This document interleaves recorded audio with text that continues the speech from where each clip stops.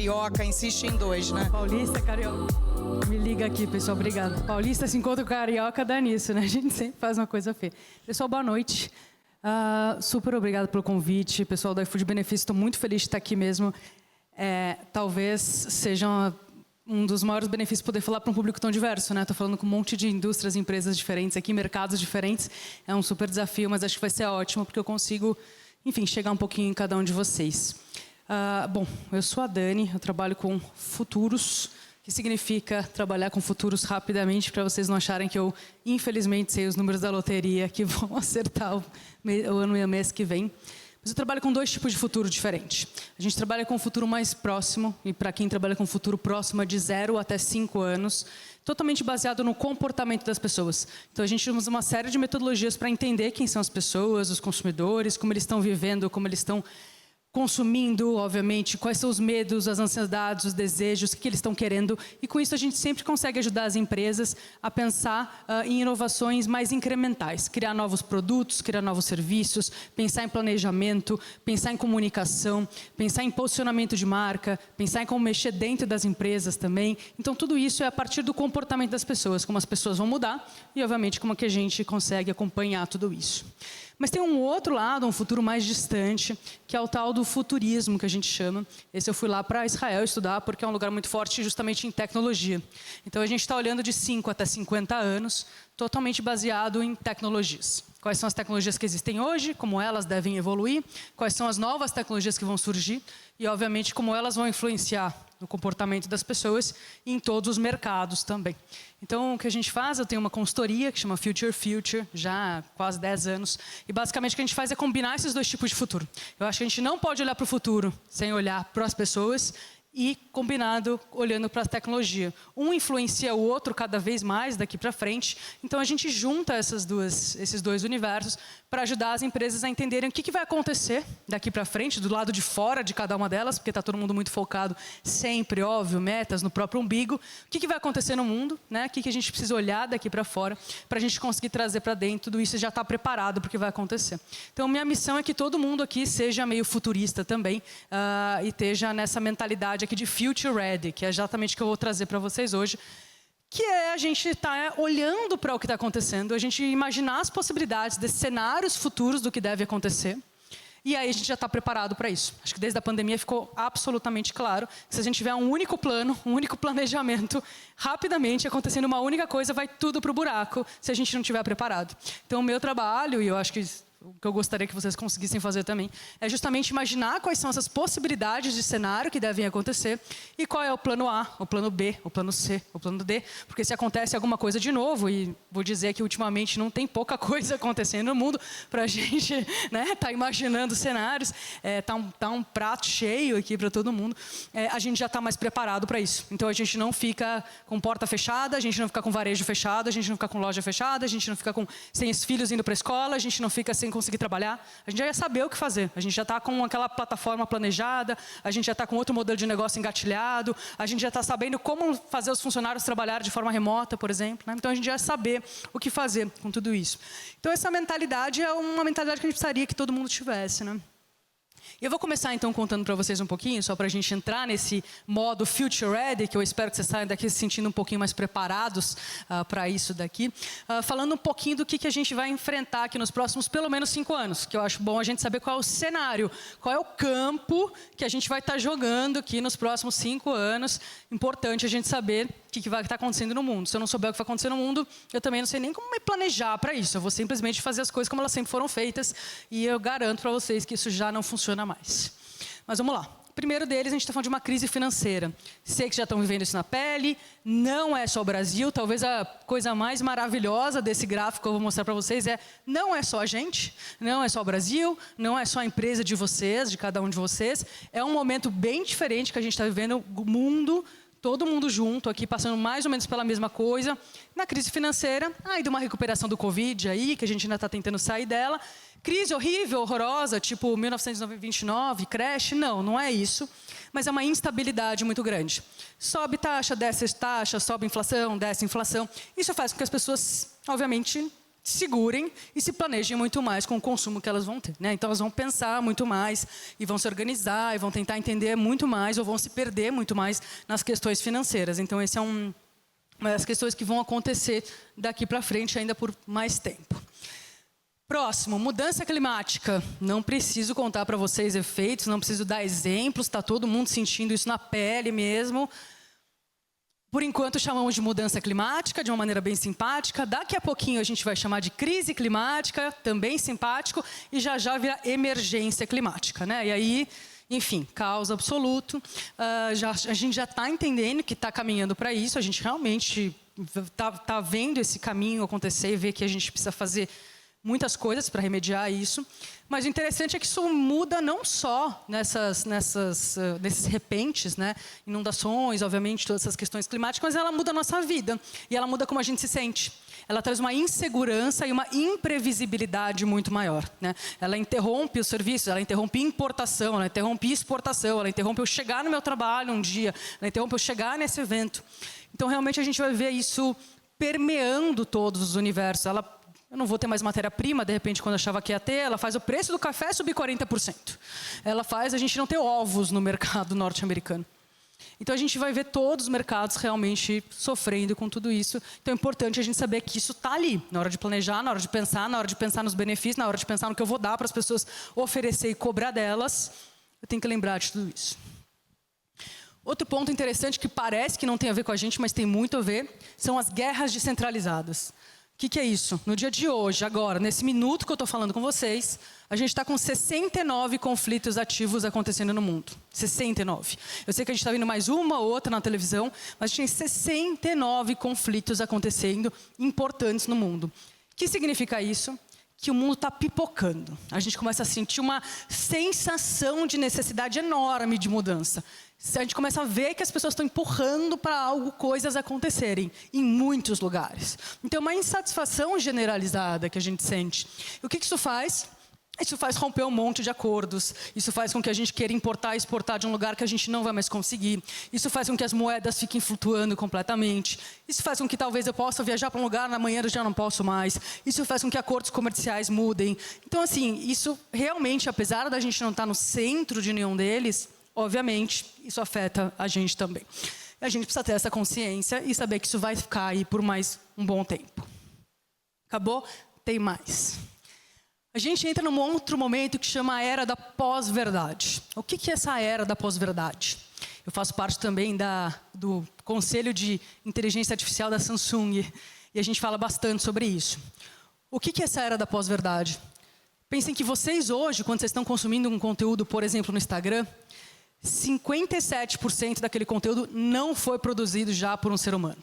Então, sim, mais da metade do conteúdo que cada um de nós aqui a gente está consumindo, ele já foi criado ou pelo menos minimamente editado, mudado por causa dessa tecnologia, né? Por conta de inteligência artificial.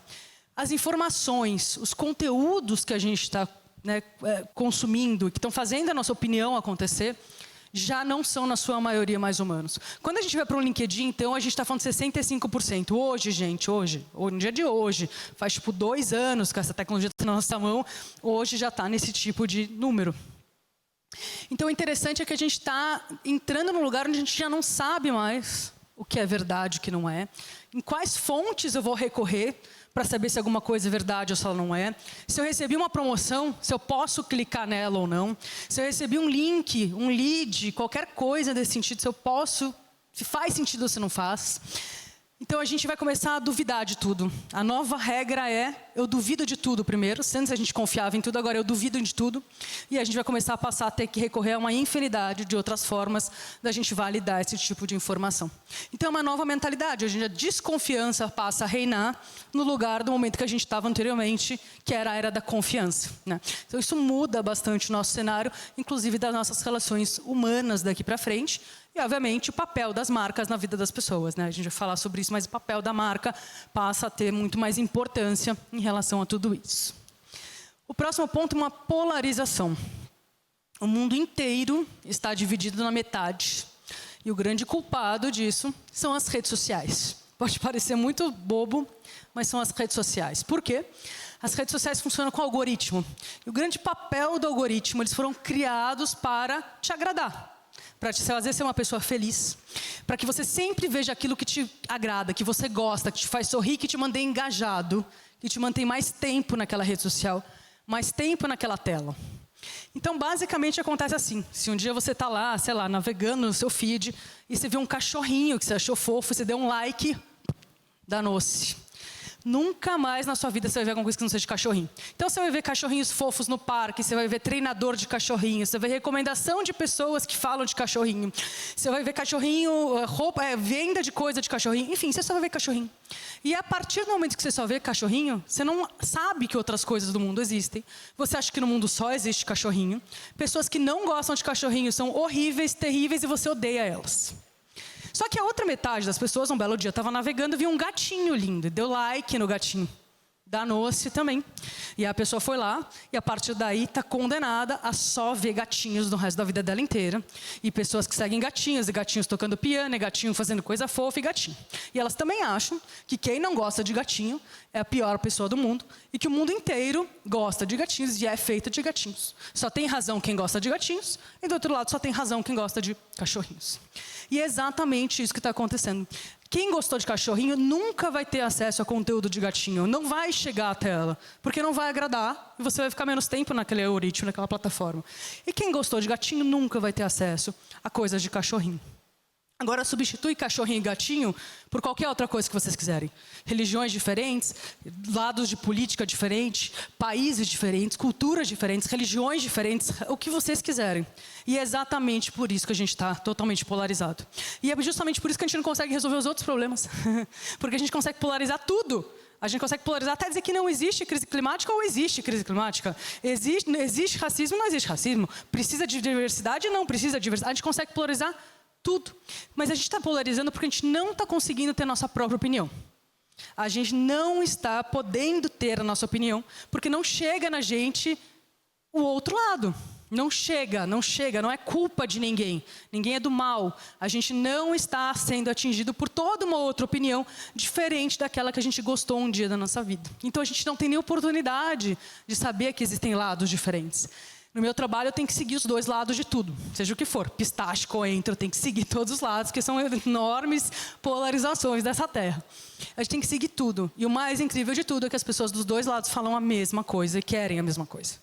Essa é a coisa mais maluca. Então, da próxima vez que vocês derem um like num cachorrinho, lembra de entrar lá forçadamente e dar um like num gatinho também. Porque aí, pelo menos, vocês recebem informação de um lado, informação do outro e formam a própria ideia de vocês. E não ficam sendo manipulados pelos algoritmos, que é o que acontece com a gente. Mas isso é uma crise imensa. E pense no tamanho da crise da polarização que a gente está vivendo. E aí, por último, obviamente, uma bela crise de saúde mental, que eu não preciso nem explicar de onde ela está vindo de todas as anteriores, obviamente, né? A gente nunca teve um número de burnout tão alto no mundo, a gente nunca teve um número de ansiedade tão alto, suicídio infantil. Então, a gente nunca teve um número das pessoas se sentindo tão sozinhas e tão isoladas, né? Jovens conectados dizendo que me sinto sozinho. 75% da geração Z reclamando de solidão. Solidão, gente, é a geração mais conectada, mas sozinha também. Então, obviamente, este é um pouco do cenário que a gente vai estar vivendo, e eu sei que muitos de vocês são de área de RH, de gente maravilhosa. Bem-vindos aos desafios de vocês daqui para frente, a gente vai ver bastante dessas coisas, né? E, obviamente, que tudo isso traz novas necessidades, novos needs das pessoas, né? Isso tudo muda a forma o que a gente tem que entregar para elas e o que elas estão precisando mais do que tudo. Isso traz novos cenários para a gente. Isso vai cada vez mais abrir mais desses cenários. Lembra que eu estou falando um pouquinho de futuro. Eu trouxe cenário para vocês de background e, a partir de agora, a gente trazendo quais são esses needs do futuro, as necessidades que as pessoas vão ter daqui para frente, né? Então, eu vou trazer algumas para vocês. Primeira delas, Long Life Needs. Vai mudar todo o game para vocês, vai mudar todo o jogo. As pessoas realmente vão viver mais tempo. Elas vão viver por muitos mais anos. A gente diz que as gerações que estão nascendo agora vão viver por pelo menos 120 anos. Claro que a gente vai começar com uma forma muito mais para privilegiados e etc. Sem dúvida, como toda tecnologia, ela nasce muito cara, as tecnologias, depois elas vão melhorando, mas sim, a gente vai ter uma curva de adoção, mas a ideia é que sim, as pessoas realmente acabem tendo uma longevidade maior. Isso vai vir com um monte de questões. A gente vai ter pessoas muito mais velhas no mercado de trabalho, coisas que a gente não tinha antes. Pessoas com segunda, terceira, quarta carreira dentro do mercado de trabalho, com outras expertises, outras experiências. Muitas gerações convivendo dentro desses ambientes, que vai gerar toda uma questão. E, obviamente, quando a gente fala de, por exemplo, pensa na época do meu pai se aposentou lá com 70 anos, ele conseguiu acumular bens, ele conseguiu acumular dinheiro para viver o que na cabeça dele era mais, sei lá, 20 anos. Se ele vivesse até 90, se ele viver até 90, estava uma média bem boa. Então ele foi lá, acumulou aquele dinheiro e falou, bom, agora eu me aposentei e vou gastar esse dinheiro aqui, ou esse aluguel, essa renda, sei lá, por mais 20 anos. Imagina que a partir de agora você se aposenta com 70, 65, 70, só que você vai morrer com 120. Quem cacete vai conseguir guardar dinheiro para isso? Eu me aposentei agora, só preciso com esse dinheirinho aqui me segurar mais 50 anos, mais 45 anos. Porra, é uma vida inteira, cara. Então pensa nas questões que a gente vai ter de previdência. Pensa nas questões que a gente vai ter desse extra. A gente vai ter que colocar essas pessoas para dentro por muito mais tempo. Elas vão ser ativas por muito mais tempo. Que queira, que não. Que tipo de função, que tipo de cargo, que tipo de coisas a gente vai fazer. Que tipo de energia essas pessoas vão ter. Então a gente realmente vai começar... Como a gente inclui elas na tecnologia? Dá para largar. Então, aqui a gente vai ter muitas mudanças. Então são novos needs totalmente relacionados à longevidade, que a gente já precisa começar a pensar e incluir dentro dos nossos planejamentos aí de empresa, né? Próximo, obviamente, wellness needs, né? Ou seja, grandes necessidades, grandes needs de bem-estar. Não é para menos que o wellness é agora o maior mercado do mundo. Só nos Estados Unidos é $1 trilhão. No mundo são 16 trilhões de dólares. É literalmente o assunto mais falado no SXSW, mais falado em todos os lugares. E a gente precisa começar a entender que a gente vai ter que colocar o wellness em tudo que a gente faz. Tudo. Até as coisas que aparentemente não tem nada a ver com wellness, a gente vai ter que colocar. Todos os produtos vão ter que trazer o wellness junto. Todos os benefícios que a gente entregar vai ter que ter o wellness. Todos os espaços de trabalho vão ter que ter o wellness. Qualquer coisa que a gente for falar com as pessoas a partir de agora, eu não vou vender aquela coisa que eu estou vendendo. Eu vou oferecer wellness. Eu vou te oferecer paz de espírito para você poder chegar em casa em paz. Eu vou te oferecer um horário mais cedo para você não pegar a chuva. Eu vou te oferecer junto com a comida, eu vou te oferecer academia ou algo para você poder malhar, ou um tempinho para você meditar, ou uma salinha de discussão. Eu vou te oferecer wellness. Essa é a grande questão, essa é a maior moeda que as pessoas vão querer daqui para frente, porque está todo mundo naquela grande crise de saúde mental, né? Então a gente precisa começar a colocar isso dentro de absolutamente tudo, para dentro de casa, para fora de casa também, sem dúvida, né? É um assuntaço. Próximo, connection needs. A gente vai precisar juntar as pessoas, deixá-las mais próximas, valorizar o emocional delas. A gente está realmente com as pessoas precisando disso, né? Eu estava lá vendo uns dados agora dizendo que hoje em dia já a solidão está matando mais que a obesidade. E equivale, você morar sozinho e ser sozinho e não falar com pessoas todos os dias é igualzinho a você fumar 2 maços de cigarro por dia. Então, literalmente uma coisa que parece emocional, ela ataca o físico, né? Ela vira uma doença, ela vira uma coisa crônica, enfim. E o legal é que a gente vai começar a poder tratar disso de uma maneira talvez um pouco menos analógica. E a gente vai começar a colocar algumas tecnologias para dentro que a gente nunca pôde colocar antes. A gente vai começar a medir sentimentos. E eu tenho certeza que é o seu tipo de métrica que vai entrar na empresa de todos vocês daqui para frente. A gente consegue, através de novas tecnologias, pela tela, por sensores, por AI, por inteligência artificial, a gente consegue literalmente fazer análise do que as pessoas estão sentindo. Então, se eu vou fazer uma contratação, eu consigo saber como essa pessoa está se sentindo naquela entrevista, como ela está me respondendo, online ou presencialmente, dá para fazer dos 2 jeitos. Se eu vou recrutar alguém, ou se eu vou conversar com alguém, ou se eu vou demitir alguém, eu consigo saber como essa pessoa está, para saber qual é o melhor approach para eu tomar com essa pessoa. Se eu vou oferecer um produto ou um serviço para alguém, eu consigo saber se ela está aberta para receber um produto ou serviço ou não, ou se ela não está num bom momento. Então a gente consegue medir expressões faciais, a gente vai conseguir medir tom de voz, a gente vai conseguir medir a forma como as palavras são ditas, a gente vai começar a medir linguagem corporal e gestos. Por quê? Porque quando a pessoa responde de uma forma racional, não é a mesma coisa do que quando ela está sentindo aquilo. Ela tem que racionalizar para me responder alguma coisa. Agora, eu consigo medir como ela está se sentindo. Isso aqui para atendimento ao cliente é incrível também, porque eu consigo saber como a pessoa está. E a gente, obviamente, consegue usar coaches, né, de AI também, por exemplo, para um atendimento ao cliente, fala tal coisa, que é o que a pessoa está mais aberta a receber. Ou fala tal coisa, que é o que a pessoa vai receber de uma forma menos nervosa ou menos... Então, a gente pode usar isso para diversas formas, mas o interessante é que tudo isso gera uma conexão. Ou seja, é usar a tecnologia para que a gente tenha um atendimento cada vez mais humanizado, uma relação mais humanizada com as pessoas que trabalham com a gente, com as equipes, com os chefes, obviamente com a área de gente, né? Então, a gente consegue mudar muito. A gente tem alguns cases aqui bem interessantes, né? Então, por exemplo, o Cogito faz exatamente isso. Ele vai te ditando no ouvido, através do que a pessoa está sentindo, as emoções sendo medidas, o que você tem que falar para ela, por exemplo, né? E você pode medir até a análise de sentimento pelo X, pelo Twitter, para saber o que uma população está sentindo, para saber o que um bairro está sentindo, para saber qual é a vibe dessas pessoas, para saber como que a gente consegue chegar e saber qual é o tópico principal. Então, isso é bem interessante. Então, coloca toda uma camada, e eu tenho certeza que essa camada vai servir também como KPI, para a gente saber como as pessoas estão dando o feedback, e não só falando o que a gente acha que elas querem falar.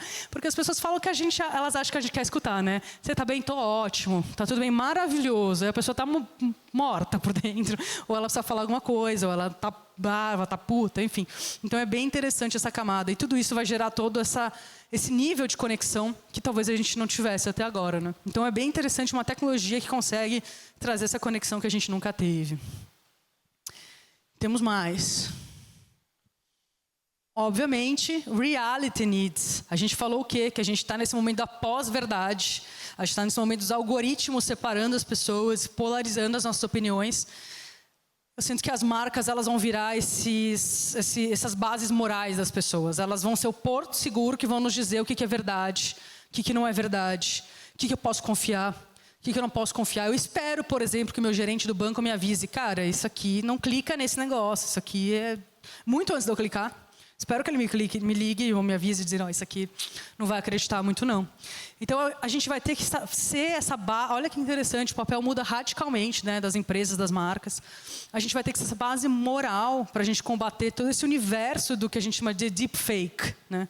Dessa coisa falsa, dessa pós-verdade, dessas coisas acontecendo. A gente vai ter que entrar num universo de ética. E as pessoas vão contar com isso, porque elas não têm outro lugar para recorrer. É muito interessante quando essas instituições, eu vou colocar tradicionais, entre aspas, do passado, viram nossa fonte de confiança do futuro. E eu sinto que esse vai ser um papel muito, muito importante que a gente vai ter no futuro por conta desses needs. Need de saber a realidade. Para quem eu pergunto se essa matéria é verdadeira ou falsa? A gente vai ter um papel bem importante dentro de tudo isso, né? E por último aqui de needs... Safety needs. A gente vai ter um need gigantesco de se sentir seguro. Literalmente. Seguro porque a tecnologia vai roubar o meu emprego. Talvez eu não tenha mais esse emprego amanhã. Talvez a minha profissão desapareça. E aí? Quem vai me garantir que eu estou safe? Quem vai me dizer que eu tenho que me atualizar? Quem vai me ajudar a ter acesso a essa educação para eu me atualizar? Porque é safe de tudo. Como eu vou me sentir safe se eu precisar me realocar de lugar? Se de repente onde eu moro... É lá, e não dá, eu moro na praia, subiu a água, não dá mais para morar lá. Vou ter que me realocar, eu tenho que me sentir safe, seguro nesse lugar, que alguém vai estar lá para me ajudar com tudo isso, né? Será que a gente vai ter que pensar em outras coisas que a gente não está contemplando aqui? Será que, de novo, a gente vai ter que assumir outros papéis muito mais sociais? Eu acho que sim.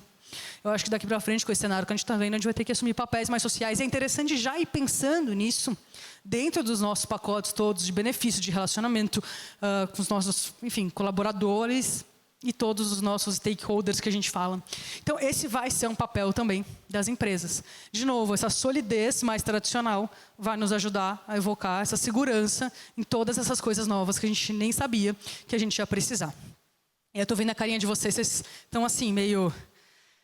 Ah, maravilhoso, desesperados, né? Tá todo mundo assim, tá, e aí, Dani, danou-se, o que a gente faz? O que aconteceu? O que eu faço com tudo isso, né? Para quem tem filhos, eu não preciso contar quem é esse personagem, mas para quem não tem filhos ainda, essa aqui é a ansiedade. É o novo personagem do Pixar, né? Divertidamente, obviamente, não é à toa que é a ansiedade.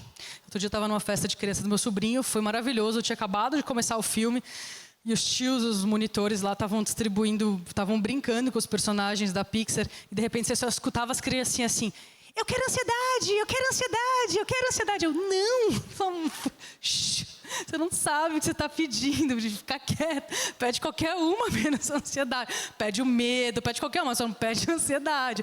Mas era muito engraçado ver criancinhas gritando, eu quero ansiedade, eu quero ansiedade. Eu, não, gente, não fala isso, daqui a pouco...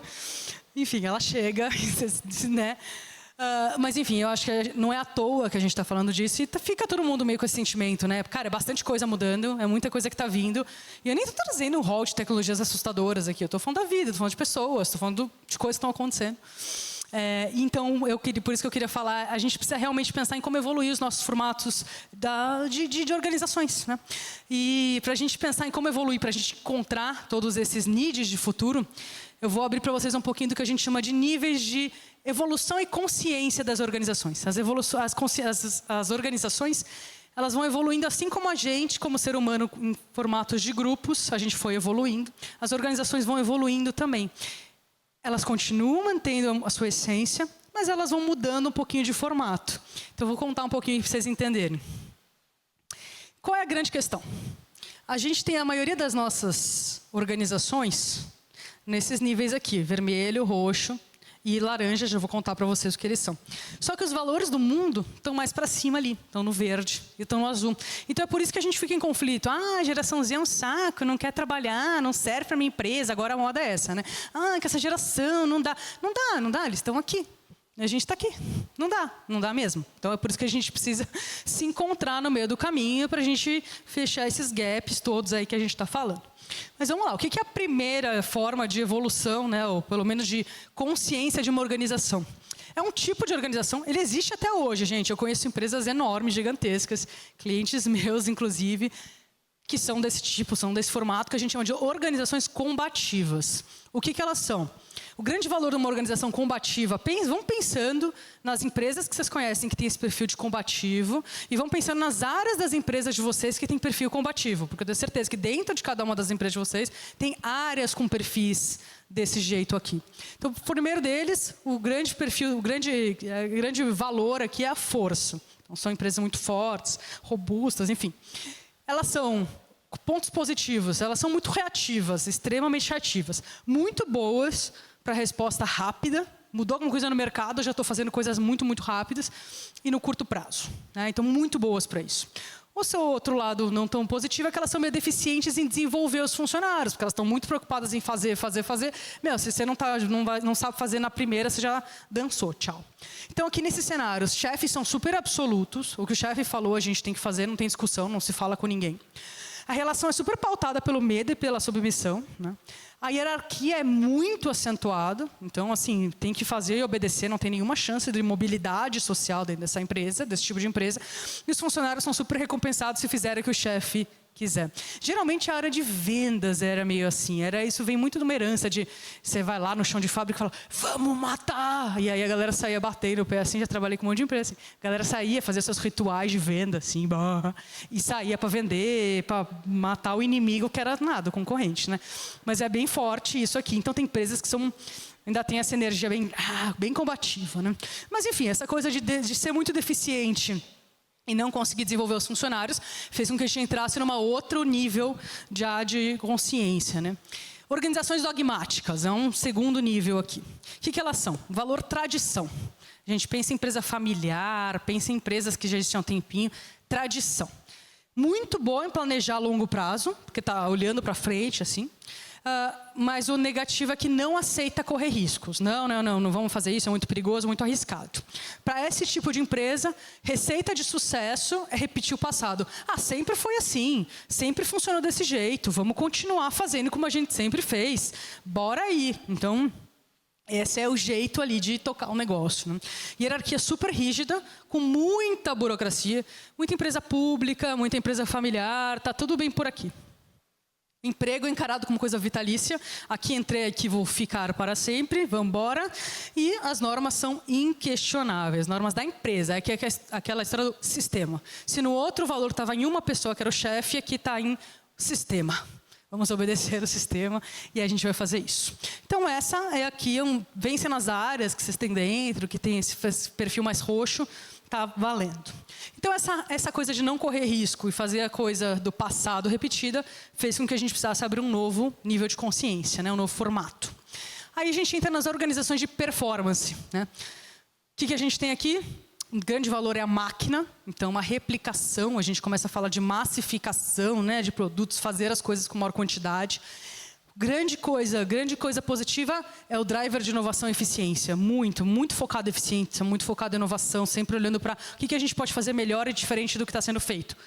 E o probleminha dela, óbvio, é o foco no lucro a todo custo, sem considerar todo o impacto que gera na vida das pessoas, no meio ambiente, no mundo, enfim, na saúde mental. Está muito forte ali. Então, eficiência e inovação é chave. A gestão aqui começou esse mundo das metas. A gente não tinha tantas metas antes, era mais uma lealdade, agora é meta mesmo, né? Então, são recompensadas com sucesso, bônus, tudo isso que a gente conhece mais já.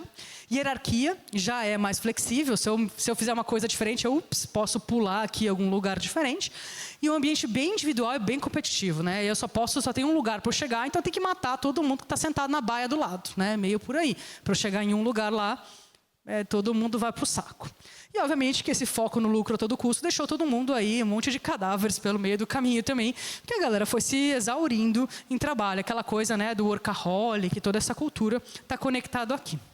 E aí abrimos a área verde, né? A nossa consciência verde são as organizações plurais, o valor totalmente em cima de pessoas, né? Aí abriu pessoas, vamos falar de gente e tudo mais, super positivas, valorizam o ser humano e neutralizam os excessos ali das laranjas, né? Então, tudo que a laranja botava o pessoal para baixo, essa aqui, pensem aqui, surgiu essas empresas todas, novas de tecnologia, né? Começaram a surgir esses novos formatos. Ponto negativo, deixam em último lugar o business, né, para focar totalmente nas pessoas, então deixa o business, o faturamento e o lucro em último lugar. Como elas funcionam? Diversidade, tema central. Parece muito ontem, né? Parece um reflexo de ontem, bem interessante, literalmente ontem. Elas equilibram muito a vida pessoal com o trabalho, então veio muito esse papo de work-life balance. Os chefes viram mentores aqui, né? E o propósito vira um must-have de todo mundo. Nas empresas, a gente fala muito sobre propósito, palavra da vez e etc. Bom, obviamente, essa história de deixar a grana em último plano ali também não fez com que isso fosse muito sustentável. Estamos aqui vendo isso acontecer. E aí abre então, o seu próximo passo, que são o que a gente chama de organizações exponenciais, né? E basicamente o que a gente tem aqui de valor é a tecnologia, mas o interessante é que ela não abandona as outras.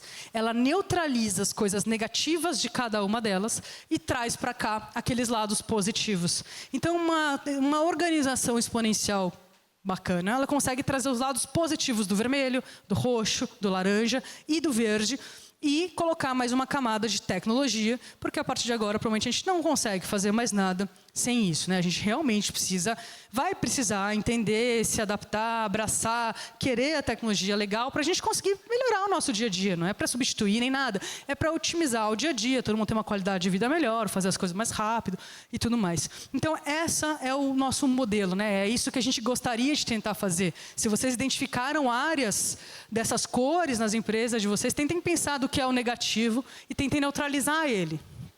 E aí a gente consegue ir se aproximando um pouco mais desse tipo de modelo, né? A gente faz consultorias para isso, a gente entrevista todas as pessoas, entende quais são os lados positivos de cada uma dessas níveis de organização, vai neutralizando os negativos e tenta entender quais são as tecnologias que a gente coloca aqui nessa camada e a gente consegue fechar esse modelinho, né?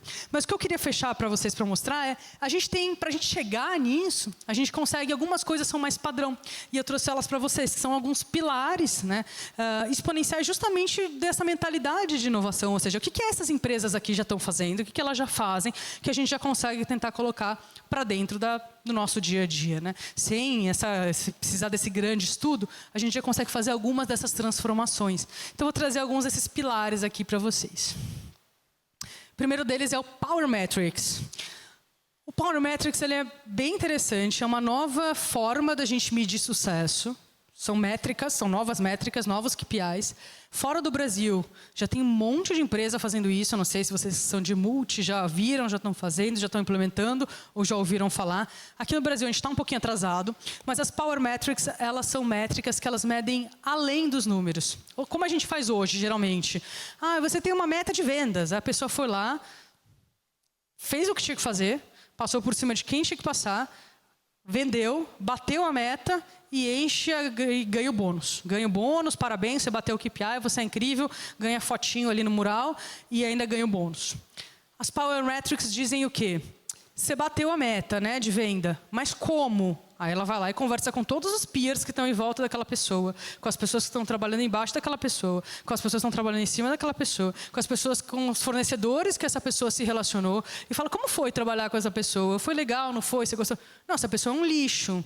Essa pessoa é terrível, essa pessoa não é legal, essa pessoa não me ensinou nada, essa pessoa me abandonou, essa pessoa me deu para trás, essa pessoa passou o pé, sei lá. Você não foi, você é péssimo, você executando o seu trabalho não é uma pessoa bacana, não é legal, zero soft skills, não vai bater a meta. Então, o Power Metrics, elas são duas medidas diferentes que elas têm o mesmo peso a partir de agora. Não é só o que você fez, mas é o como você fez. O que você fez durante o caminho também. Então, a gente vai começar a implementar esse outro tipo de métrica para a gente conseguir trazer um pouquinho de sanidade para os ambientes de trabalho. E, obviamente, porque isso é uma mistura, né? Isso é um pouquinho do verde entrando no laranja, né? Isso é exatamente esse equilíbrio que a gente está precisando. Negócios e pessoas ao mesmo tempo. Então, Power Metrics é um desses grandes pilares de inovação que vocês devem ver acontecendo bastante daqui para frente. Provavelmente vão precisar ajudar a implementar, que tem bastante, enfim, perfil da gente, do verde, né, aqui dentro também, né? Bom, o segundo deles é o Co-Opetition. O que é um Co-Opetition? Também, se não ouviram falar disso, eu tenho certeza que vão escutar falar bastante. Mas é um novo approach para negócios, né? Co-Opetition é cooperar com a concorrência, com competition, né? Cooperar com competition, que é você cooperar com a concorrência. O que significa isso? A gente está vendo que a gente tem muitos desafios comuns entre todos, né?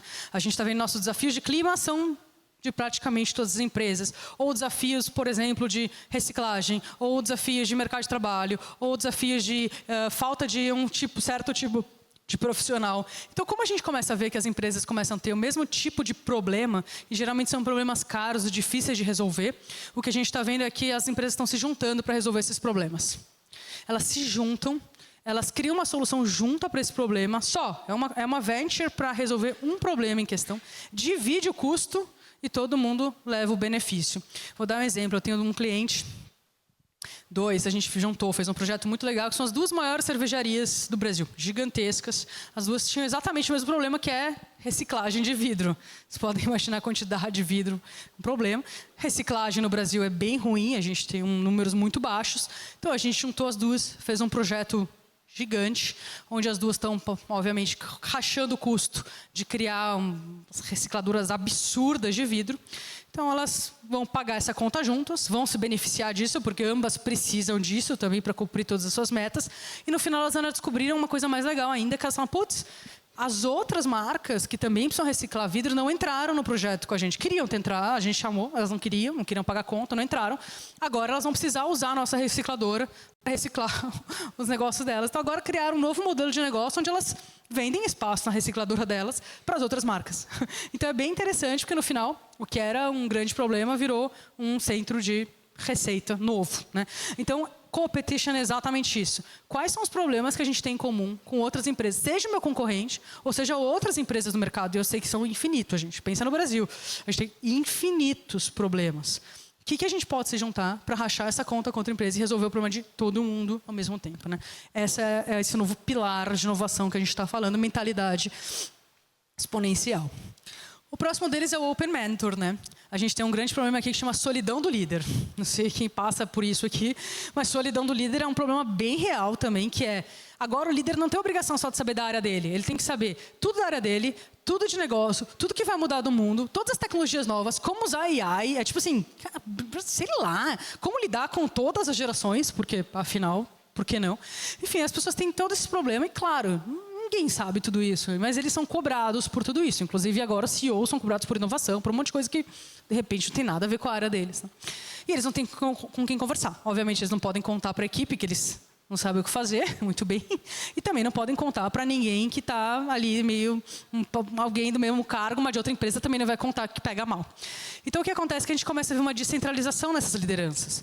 Em vez de eu achar que eu sei fazer tudo e tenho que dizer para as pessoas que eu sei fazer tudo e vou correr atrás de saber tudo, eu simplesmente boto para liderar quem é melhor que eu em alguma coisa.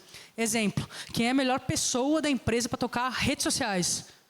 Estagiário, estagiário, estagiário, estagiário. Pode ter entrado ontem, mas vai ser estagiário. Por quê? Porque quem sabe usar essa porra, gente? Quem tem paciência para entrar no TikTok? Só estagiário. Então... né? Zero paciência para aprender, usar, postar, saber que hora, saber... A gente tem tanta regra, não sei, não sabe. Ótimo. Parabéns, estagiário, você é o líder das redes sociais desse negócio, me deixa em paz, vai fazer teu rolê, me deixa em paz. Depois a gente vê se foi bom ou não foi bom. E eu tiro esses pesos, ou seja, eu descentralizo essa liderança, obviamente eu vou mantendo essa mentoria à distância, mas eu descentralizo essa liderança onde eu falo, cara, eu sou bom no que eu sou bom e o resto eu vou deixando as pessoas tocando esse negócio também, né? Então isso tira todo esse peso e isso faz com que as empresas sejam muito mais leves. Isso deixa as pessoas evoluírem muito mais também, mais rápido, né? Ganharem confiança e tudo mais. E por último, não poderia ser, é uma nova mentalidade AI first. O que significa AI first? Lembra que a gente tinha mobile first há pouco tempo atrás? Era desktop first, a gente fazia tudo para desktop, tudo. Todos os sites, tudo era para desktop. Num segundo momento veio mobile first, que é o celular, né? First, em primeiro lugar, você pensa e cria para smartphone, em vez de criar para computador. E agora aqui é o AI first. O que significa isso? Significa que toda vez que eu for criar algo, seja o que for, seja um botãozinho para perguntar se as pessoas preferem massagem na hora do almoço ou, sei lá, meditação, tanto faz, eu vou perguntar, eu posso usar AI nisso? Tem alguma forma de eu fazer isso através de AI? Se a resposta for sim, a gente deveria usar. Porque vai ser muito mais rápida a execução. Porque as respostas vocês vão ter assim, ó, resultados, dados infinitos, medições infinitas. Vocês vão conseguir fazer uma coisa de uma forma muito mais rápida. O que provavelmente vocês vão começar a criar do zero, já tem pronto, e eles vão fazer muito mais rápido. E a gente tem que perder esse medo. A gente tem que entender que AI não é uma, são infinitas. E assim como aplicativos, exatamente como vocês usam aplicativos no celular de vocês, AI é a mesma coisa. É só escolher qual AI eu quero brincar. Ah, uma que é boa de texto, uma que é boa de imagem, uma que é boa de perguntas e respostas, uma que é boa de, sei lá, planilha. E usar exatamente dessa maneira. Então é perder esse medo, mas a pergunta sempre é AI first. Tudo que eu for fazer a partir de agora, tem uma forma de eu usar AI? Se sim, eu vou fazer. Porque ela já vai estar integrada e ó, eu vou ter tipo muito mais tempo livre, gente, depois. Garanto para vocês, aproveitem e usem isso. Mas é isso, gente. Acho que eu consegui trazer para vocês aqui todo esse universo aqui de uma mudança, né, de mentalidade que a gente vai passar, um pouquinho de cenário futuro, um pouquinho de como matar essas ansiedades todas nossas. A gente ia ter um tempinho de resposta e pergunta, mas eu sei que vocês vão se divertir muito mais saindo para beber, que eu já vi que tem muito mais bebidas e shows e músicas para vocês. Então fiquem à vontade. Se alguém quiser fazer alguma pergunta, manda para mim, por favor, por Instagram ou por LinkedIn. Vai ser um prazer responder. E se divirtam aí agora, que eu sei que, enfim, o pessoal preparou coisas maravilhosas para vocês relaxarem depois desse super dia. Obrigada, gente.